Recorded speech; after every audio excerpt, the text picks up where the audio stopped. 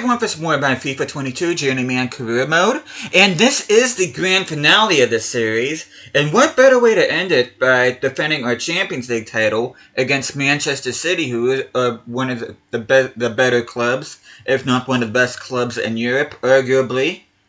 But we are going to go ahead. I'm going to show you guys our journey, our road to the final here. And of course the group stage, I talked about this during the last episode. We did go ahead and clean house in Group D. Round of 16, we were drawn up against Leverkusen, and we ended up getting that one 5-2. We won the first leg 3-1, and in the second leg 5-2. Quarterfinals, we got drawn up against Liverpool. We won the first leg 4-1, and then we drew the second leg 2-2. But we did beat the English club, and then we took on Real Madrid. We lost the second leg, but we won the first leg 2-0. And then, of course, you can see Manchester City's journey. They beat Barcelona in the round of 16. They beat Wolfsburg in the quarterfinals, which GG to Wolfsburg making that far. And then Manchester City knocked out PSG. But just take a look at the league here real quick.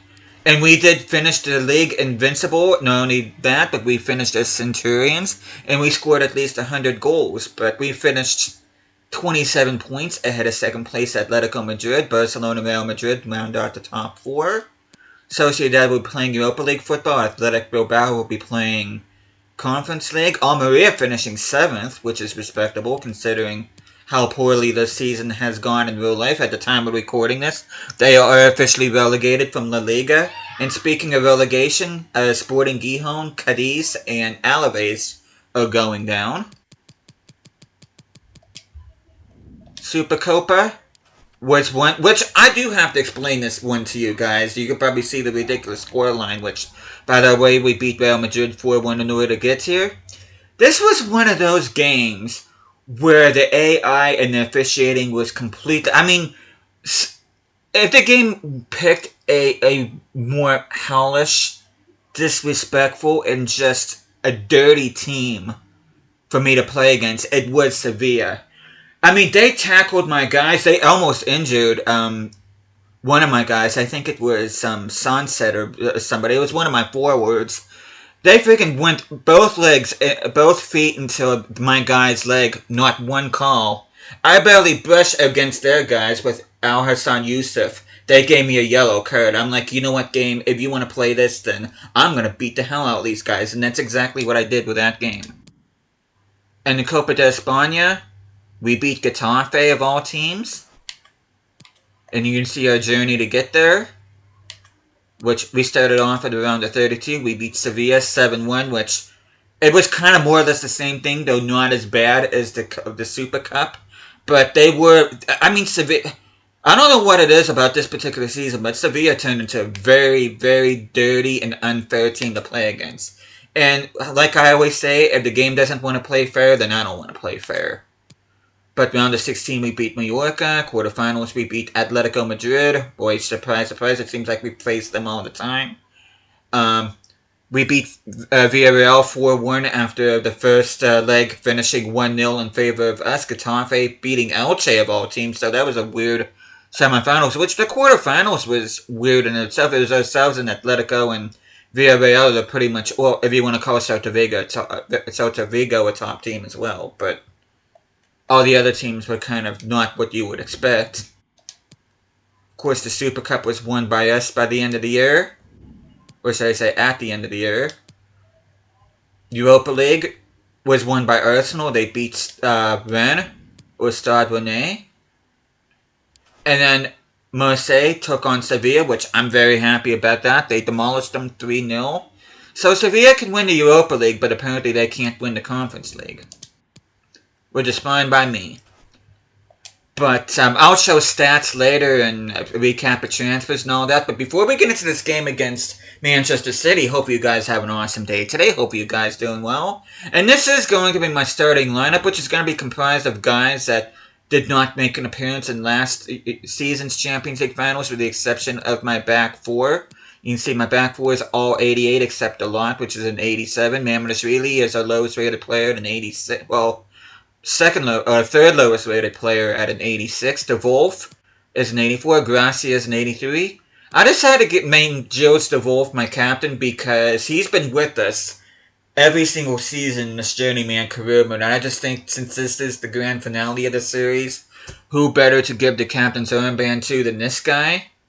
And you can see Oscar Valencia, grown by 6 this year, grown to an 88, so he will be starting. Musa will make an appearance since he did not play in the Champions League last year. But that is my team, and that's who I'm going to be putting out for this game here against Manchester City. So without further ado, clear skies at Sanderson Park. And I'm going to wear my other kits this time.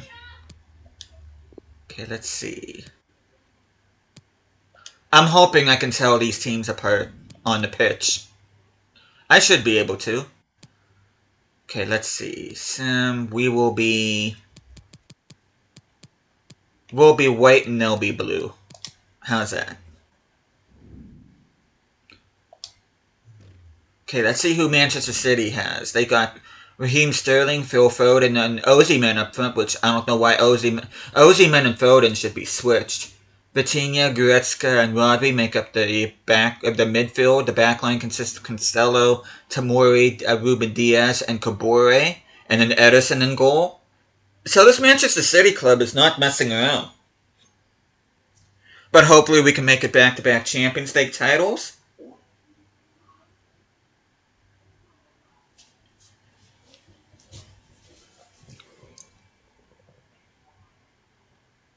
I wonder what Man City's bench looks like. Which I already showed you guys my bench. You can see Mamardashvili is the feature player here. Normally he would be the lowest rated player on my team, but I did drop Sansa, Musa, Poirot, Zagankov in favor of putting Musa on instead of putting De Wolf in the starting lineup. Which I don't care about players warming up. But here we are at Sanderson Park. This is where Bayern Munich normally play, though I know a lot of other teams play here because this is one of the generic stadiums in this particular game. I'm not sure if did the Allianz Stadium get licensed? I don't even. Which sad thing is, I don't even know when I'm playing FC24 with my Place in Munster career mode through that particular game. You can see the tournament tree right there. As Man City kicks things off here, because of course they do. I'll tell you what, it was a dark day in European football when Man City finally won the Champions League. I was really hoping Inter would have pulled off the upset, much like Chelsea did a few years prior. Okay, the guy that has the same name as the club. Oh! Oh! How about that for a goal? As Gracia opens up the scoring after a questionable cross from Valencia, but I did make something out of nothing there. I have to see this goal again. This is probably one of the wackiest goals you will ever see in a Champions League final. Oh, that took a really good bounce. Okay, bounce off of Ederson. Hits the outside of the post, but it spins the right way where it goes inside. That is a 1 in a million goal. I will probably never score a goal like that in my career mode. As Gracia scores his second goal in 3 Champions League matches.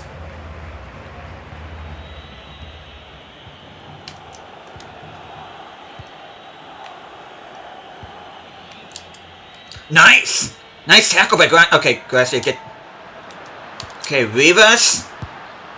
Both he and De Wolf are my 2 most successful youth academy prospects during my time at Hartlepool. It is nice to see both of them get to start here in this Champions League.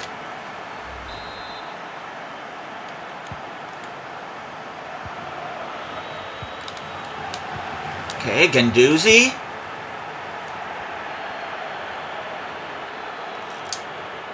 Okay, De Wolf! Not the best of crosses. by Valencia. I'm hoping De Wolf gets a goal. I kind of want De Wolf to get a goal. Okay, let's see if he can get... Oh! De Wolf, oh, you took a really bad touch there. I'm trying, dude.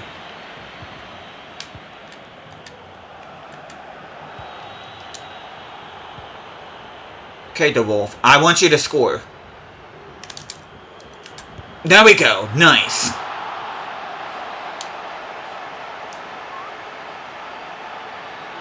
I kind of want that as my thumbnail, but at the same time, I kind of want my replay of that crazy goal as my thumbnail. Because those of you that watch my FIFA 21 Journeyman career mode, I wanted Darwin Nunez to be my main guy throughout. He kind of was a bit underachieving in terms of overall growth. But then I did have him start in the Champions League final in my final season with him during my time at Liverpool. Of course, Darwin Nunez plays for Liverpool in real life, so I thought it was appropriate to have him on the team. But and that's the Wolf's first Champions League goal. We are going to go ahead. Okay, let's see what Man City's bench looks like. Are we going to score again? Yes, we do. As Valencia, so our front four each get a goal.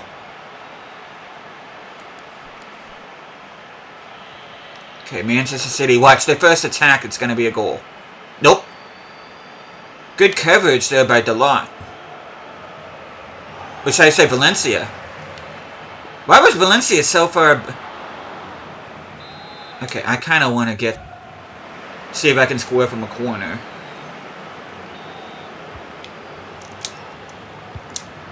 Oh! Nice bicycle kick goal. There we go! And Gracia gets his second goal.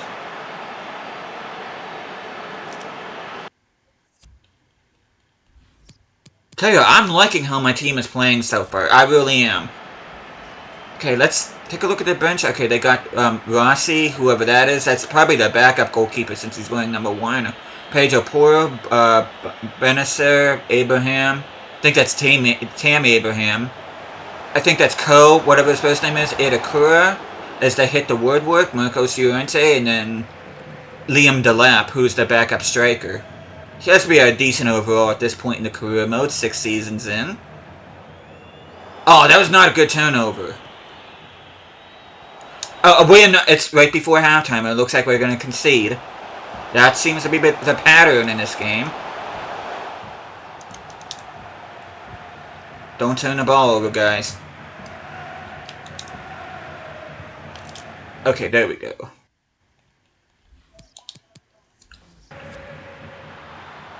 Okay, can we get another goal? As Gracia shoots that just wide, he's going on a hat-trick right now. All my guys are in green except Mammadashvili, which, to be fair, he really hasn't had anything to do besides that one where he got lucky and it hit the word work. Okay, that was... Oh, that is bullshit. That is bullshit. That wet whistle should have blown. So you know what I'm going to do since this game doesn't want to play fair?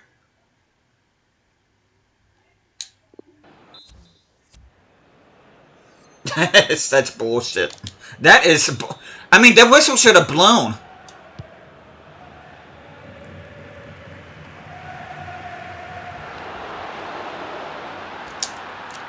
I mean, what don't Manchester City get away with? I mean, they had a freaking European ban suspended for God knows what reason, other than the fact that they got lots of freaking money. But they should. The year that they won the Champions League, they shouldn't even won. They should not have won the Champions League because they should have been banned.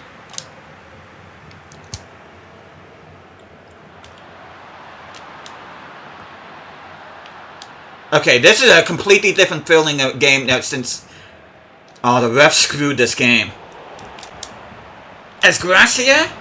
There we go.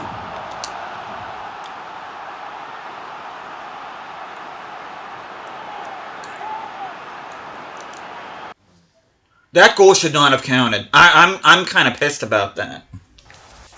I am kind of pissed.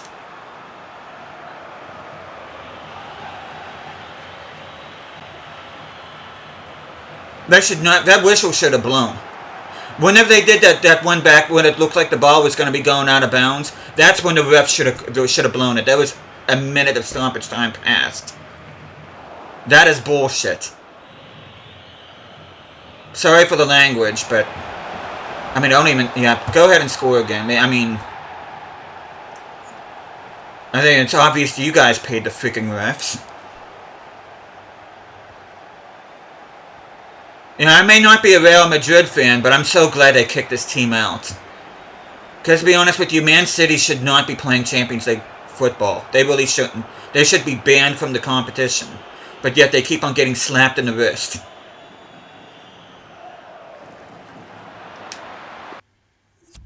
And Mamardashvili, I'm sorry, you're kind of pissing me off. Oh, by the way, I do want to put, even though he's got a goal, Musa, I want to give him some game time. Soler, put Yusuf in there. You know what?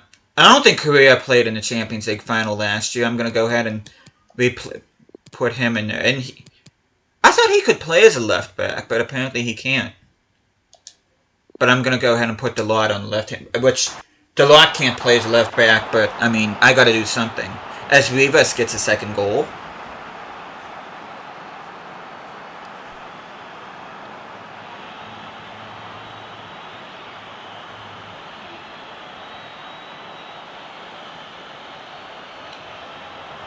Okay, guys! Did you see that? They literally just let them go right through inside the box, and what kind of distribution was that from Mamardashvili? I'm, you know, if I do continue this series off camera, I am getting rid of Mamardashvili.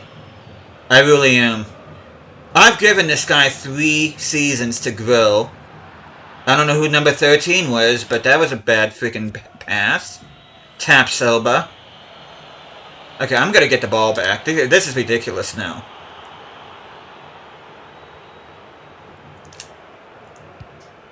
Okay, we're just gonna go ahead and keep the ball now.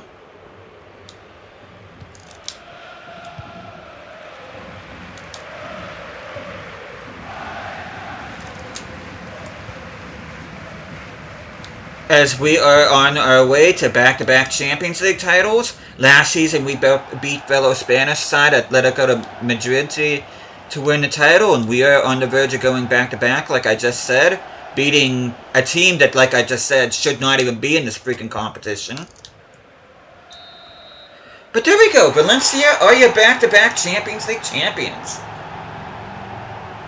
And Gilles de Wolf, a guy that's been with us every season of this career mode, will be lifting the Champions League trophy.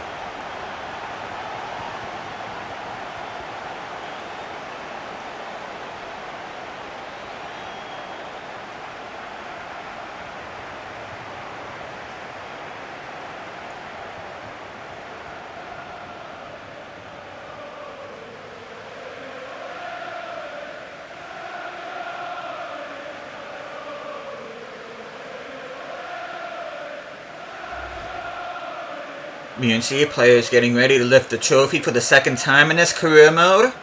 This will be the first time that Gilles de Wolf will be lifting the trophy. You can see Arats Rivas, our other Youth Academy graduate, alongside de Wolf from our days at Hartlepool.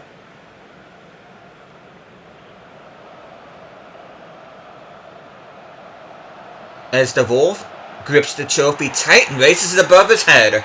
Valencia are the kings of Europe once again. And this is the back-to-back troubles, which no team in history has done.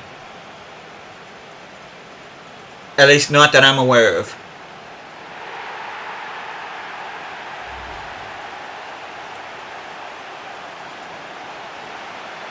But yeah, there is some questionable stuff in this Champions League final, but... Okay, what's that guy doing in the background? Was he spreading his wings and hoping to fly away? I mean, I would if I was a Manchester City fan at this point.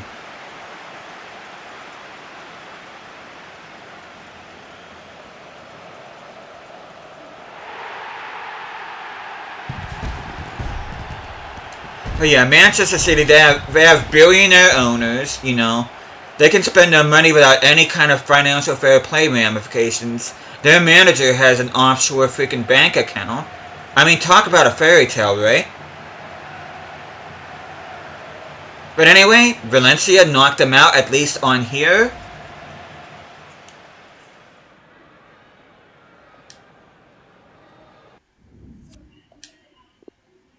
But yeah, I sincerely believe any Premier League title that Manchester City has won, especially under Pep Guardiola, should have an asterisk beside it. Because there's some shady stuff going on. But you can see they beat us in dribble success rate, but we beat them in shooting and passing accuracy. They made more passes, they won more tackles, and made more saves, but that's about it. But we're going to look at individual performance. Player of the match goes to, has to be Gracia, with his 3 goals and 1 assist. Captain got a goal. Valencia got a goal and assist. Rivas got 2 goals and assists. 91 rating, which I'm very, very tickled pink about. Delont with an assist. And you see Manchester City, Phil Foden, their highest rated player at an 8.5. With a goal and assist, Ozyman assisting on the goal by Leon Goretzka. Take another look. Agustin Rossi. Yeah, he is the goalkeeper. But we are going to go ahead. We're going to advance. And now we're going to look at player stats. And then we're going to look at how La Liga Smart Bank finished. And then we'll be reviewing transfer activity. And then we'll be looking at stats and attributes of our players to end this career mode on. Okay, we do get an offer for Ognyanov. Okay, I know I'm not back to 100% yet, but I'm really pushed myself last game. Really appreciate you picking me.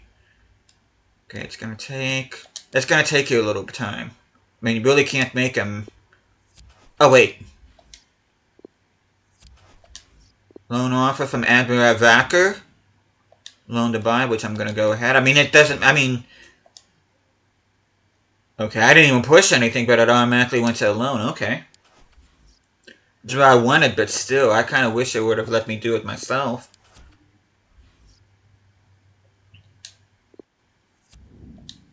As we're going to go ahead, we're going to save. And you can see this weird goal there that we scored.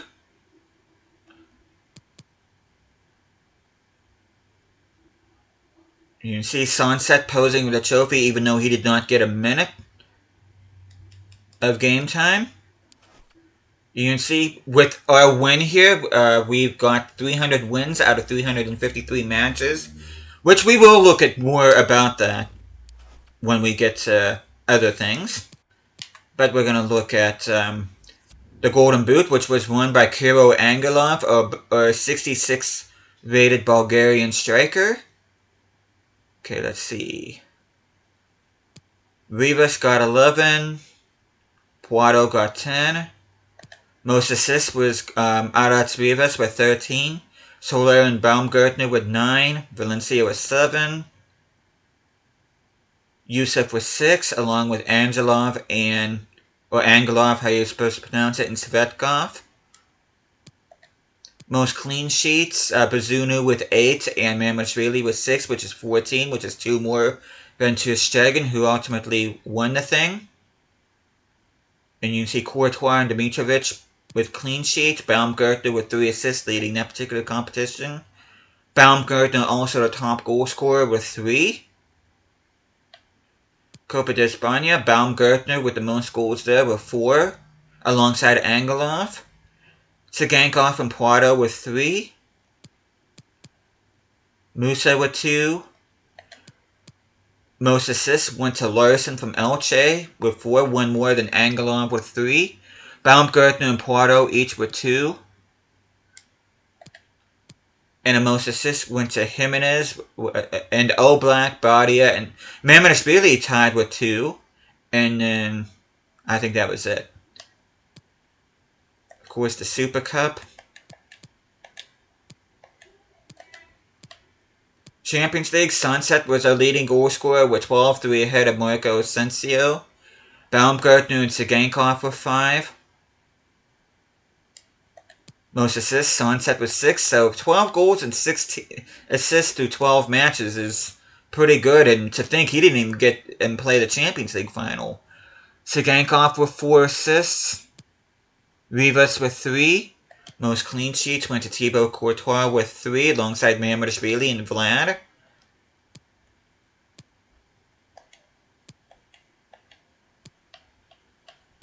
I really don't care about Europa League. Erling Haaland got the leading goal scorer in the Europa League. But we are going to take a look at the other leagues. Well, other league I should say, which is La Liga Smartbank. And the teams coming up are Real Betis and Granada, both Centurions, wiping the floor with the rest of the tournament. Mallorca, Huesca, Las Palmas, and Real Sociedad B will be playing it out for a spot in La Liga, which Real Sociedad B really shouldn't be promoted, considering that their parent club is in La Liga, which that's how it works in real life, but obviously it does not work in this game. Okay. Within 2 seasons, have at least 2 players, which we did that through Stavetkov and Angelov. Get a streak of 10 games with at least 1 goal. We got a streak of 26 and sign 1 player of the same nationality, which we did that with Carlos Soler, as well as Jorge Sainz. We did not do that one. I think that's what's keeping us from getting a good manager rating. And we did defend each of our titles this season. And then, of course, no youth academy to speak of. And then you can see transfer budget. It started off with 227, just a shade under 228 million. We still have a little over 87, which I might actually spend that on a new goalkeeper if I do decide to do this off camera, but I don't know yet. But you can see transfer history. Anybody in particular you want to look at, you can just go ahead and pause the video. You can see a bunch of players going on loan right now.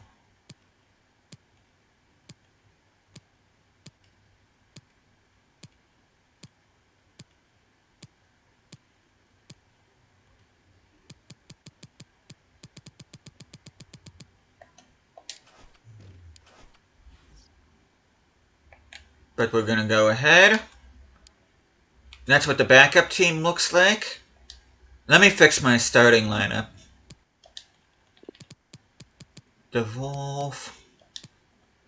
Put Sigankov in there. Sunset can get his place. And I think that's it. Musa can stay on the bench. Poirot. I might look to either sell Poirot or Sigankov if I do decide to continue this off camera. And of course I do want to ship Mamardashvili somewhere, because he's just not cutting the mustard for me. He's not. But we are going to go ahead. We're going to go to Squad Hub. Top goal scorer is Angelov. 33 goals and 11 assists through 21 appearances. That is absolutely incredible from the young Bulgarian striker. Though I am going to have to send him out on loan, that way he continues to get game time, because between Sunset and Gracia, I don't see where he's going to get game time. But if there's anybody in particular, you want to go ahead and pause the video. 25 and 16 through Baumgartner. Sunset 23 and 12 through 35. Poirot 19 and 8 through 37. Riva 16 and 17 through 48. Grew by 4. Gracia growing by a couple, which isn't too terrible. Oscar Valencia 8 and 10 through 24. Growing by 6. Absolutely fantastic growth. Gilles de Wolf. Still don't know what to do about him. Yusuf, same with him. I don't know what I want to do about him. Ganduzi, definitely is a keeper. Soler, probably would be a good backup. Savetkov will be going on loan next season. My backline still has at least a couple good years left in them before I decide to move them on. Comer, I might look to move on. Should I continue this off camera? Saints, I probably look to move him on. The only reason why I did that is because of the objective, which I ended up doing it through Carlos Soler anyway.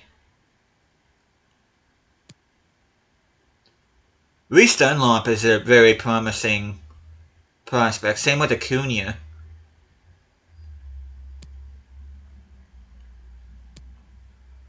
Johannes Young is up to an 81, which is awesome.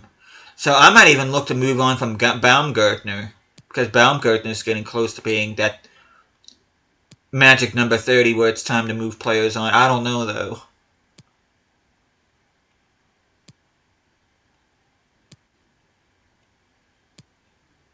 You see, we got 51 players in this team.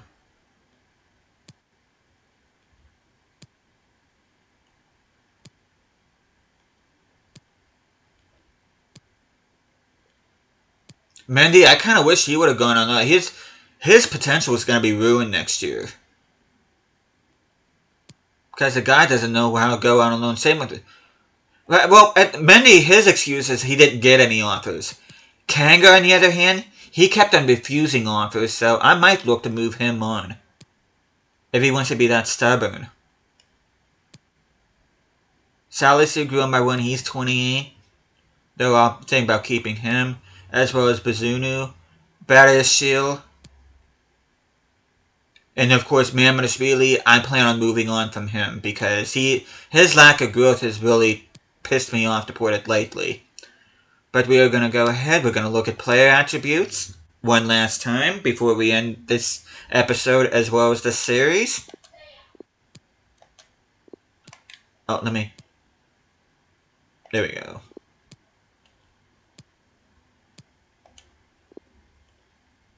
Look at that, 111 weeks, he's only 26 years old. That's unacceptable. Considering how good the rest of my squad is. I refuse to accept that.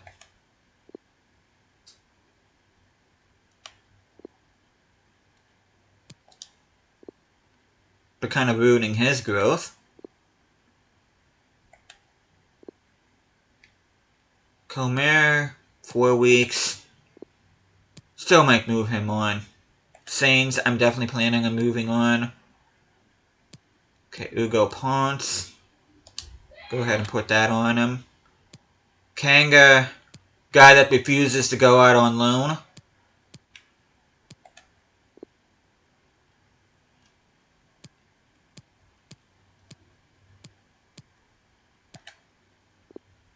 Oh, shoot. There we go. Okay, let's see. Looks like 32 weeks is the magic number for Salisu to reach an 85. Bariashil. Looks like it's going to be 80 weeks for him to reach an 89. Tapsoba. Looks like it's going to be 54 weeks for him to reach an 89.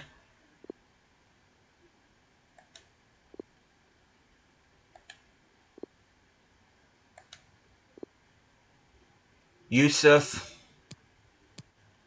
I mean, he would be a good backup, but there's no way I'm making him a starter. No way.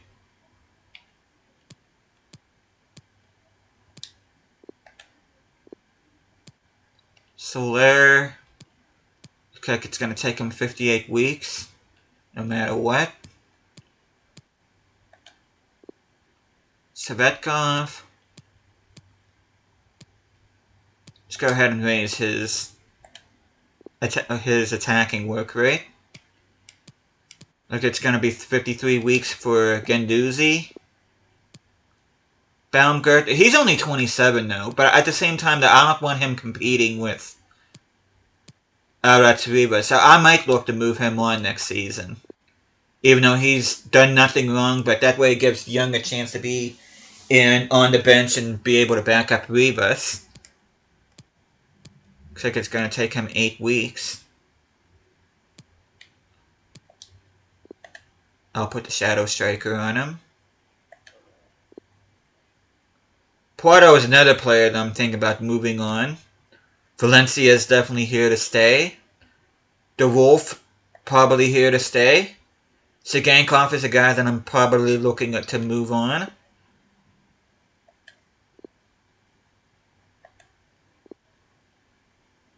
Yunus Musa have every intentions of him staying. Sunset, let's see, 89 weeks as a target man. In order for him to get to 90, he's only 27 years of age, so he could very well reach a 93. Okay, 2 weeks as a target man for Kovac. Faria 1 week, I'm not even going to mess with that. Santi Gracia, looks like it's going to be 45 weeks as a mobile striker in order for him to reach an 84. Mendy, make him a mobile striker. Angelov, a couple weeks, I'm going to leave that on him. But that is our final look at this team and the final look at this side, at least for the series. I don't know. I know I've said this for several other career modes, but I may or may not follow up on this as I go. Even if I even feel like going and doing more seasons for this club. Though I've become attached to this Valencia side because this is a Spanish team that I have grown a soft spot for ever since I started following football back in the mid-90s. But I especially took a liking to them when Rafa Benitez was manager. But you can see our overall record, 300 wins. Our Champions League victory was our 300th win out of 353 games. 1,001 goals for, 320 goals against. Our biggest win was this season against Sevilla. Our biggest defeat was against Southampton back during our time. I think that was a Carabao Cup match during our time at Hartlepool. We've been at 4 different clubs, won 6 league titles, won 4 domestic cups, and 5 continental cups. Okay, let's go ahead and take a look back. Hartlepool, they wanted us to finish mid-table, which we did. They wanted us to reach round of 16 in the FA Cup, which we did. And you can see our progress throughout the cups. We did win League 2. We did not win the Papa John's Trophy.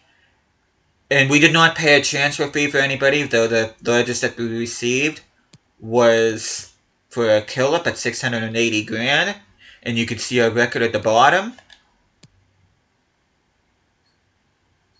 And then you can see... Oh. Season 2, we went to Hertz. Our objective was to qualify for a European competition, which we did. Scottish Cup, they wanted us to reach the semi-finals, which we did. Continental Cup, which was I believe it was the Conference League, which you can see there, scrolling down. We did indeed win that, as well as the Scottish Cup and the Scottish Premiership. A record transfer fee paid was for Arats Rivas at $2.7 million, which you ain't gonna pay that now for him. And Kingsley was our biggest transfer received. And you can see our record with them. And then we went to Royal Antwerp in Season 3. They wanted us to fight for the league title, which we did. We did end up winning the title. They wanted us to reach the quarterfinal of the Europa League, which not only did we do that, but we ended up winning the whole thing. Which Manager of the Month awards, which is something I didn't even... Okay, let's go back. Hartlepool, we got 1 Manager of the Month award. At Hertz, we got 2. At Royal Antwerp, we got 6. Did we get Manager of the Year award at anywhere? Nope, not for them. And not for Hartlepool either. But Royal Antwerp, our record paid was Diallo, which ended up being a disappointment at a 20.8 million euro price tag. Bataille was our highest transfer fee received.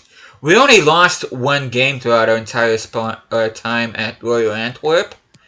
And then we ended up going to Valencia from the 4th season on.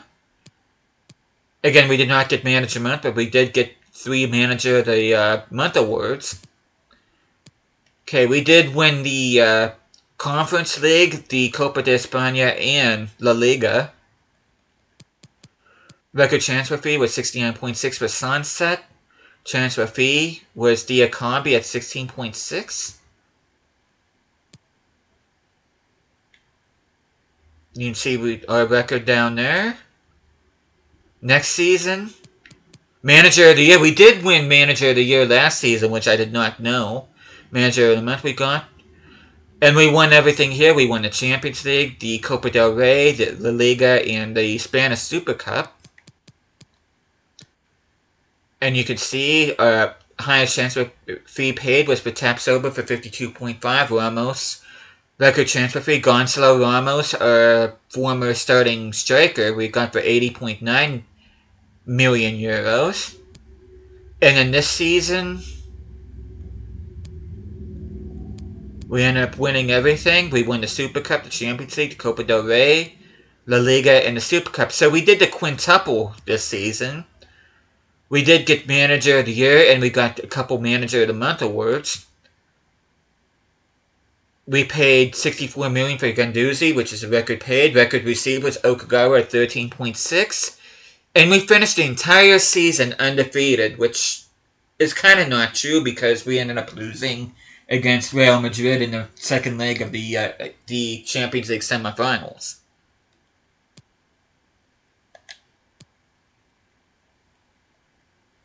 But there we go. That is a wrap of our Journeyman career mode here on FIFA 22. Hope you guys enjoyed it. I may or may not post follow-ups on this Valencia side throughout the rest of the seasons. I still got 9 more seasons before the game retires me, but you never know. I've said that before and haven't done it, so I'm not going to make any promises. But I really hope you guys enjoyed our ride throughout this particular career mode. Thank you guys so much for watching this, and I will see you guys again next time.